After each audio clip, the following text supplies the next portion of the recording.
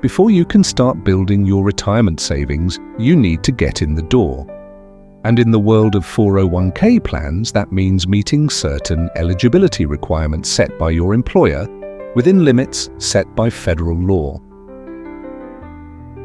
Let's walk through what it takes to join a 401k plan and how companies decide who gets access and when.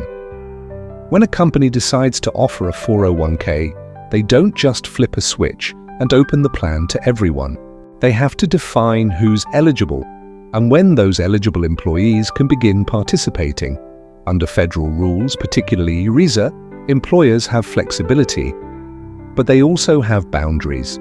They can be more generous than the law requires, but not more restrictive. There are 3 key terms to understand here. First is eligibility, which employees are allowed to join the plan. Next is participation, when those employees can actually start contributing.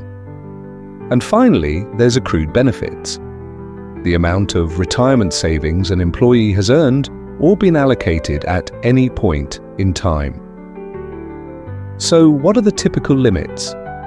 Let's start with age.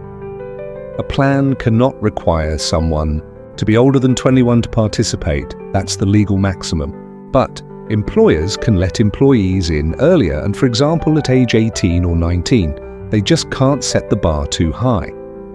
Next, there's employment classification. Federal law allows employers to include some types of employees while excluding others. So a company may choose to allow only full-time or permanent staff to participate and leave out part-time or seasonal workers. Some companies even set up separate plans for union employees.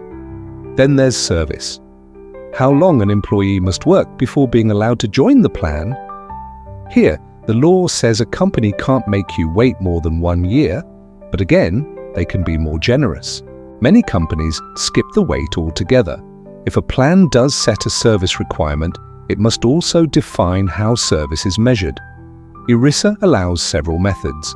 The first is the 1,000 hours method, so if you work at least 1,000 hours in your first year, you've met the service requirement. The second is the credited months method. If you work even 1 day in a month, you get credit for that month. 12 credited months equals 1 year. And the third is the elapsed time method, which simply looks at how much calendar time has passed since you were hired. No need to count hours or days worked. And then, some plans have no eligibility rules at all. Everyone can start contributing right away. In fact, in 2015, 2/3 of companies offering 401ks had no service requirement, and nearly half had no age requirement. Larger employers in particular are more likely to open the plan up immediately. Even once you're eligible though, there may still be a slight delay before you can enroll. That's where entry dates come in. To avoid the chaos of enrolling new participants every single day, many plans use fixed entry dates, specific times during the year when new employees can join. These might happen once a quarter, once a month, or even based on payroll cycles. But here's the important part. ERISA says your first entry date can't be more than 6 months after you've met the eligibility rules. So even if you're waiting for the next enrollment window, you won't be waiting forever. So what does all this mean for you?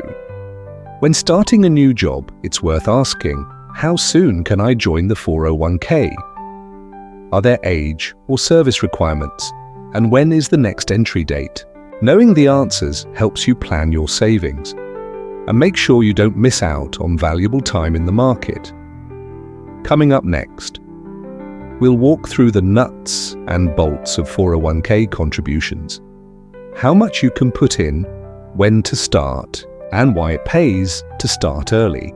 And remember, tax laws and retirement rules can evolve, so always check with the IRS or Department of Labor for the most up-to-date information.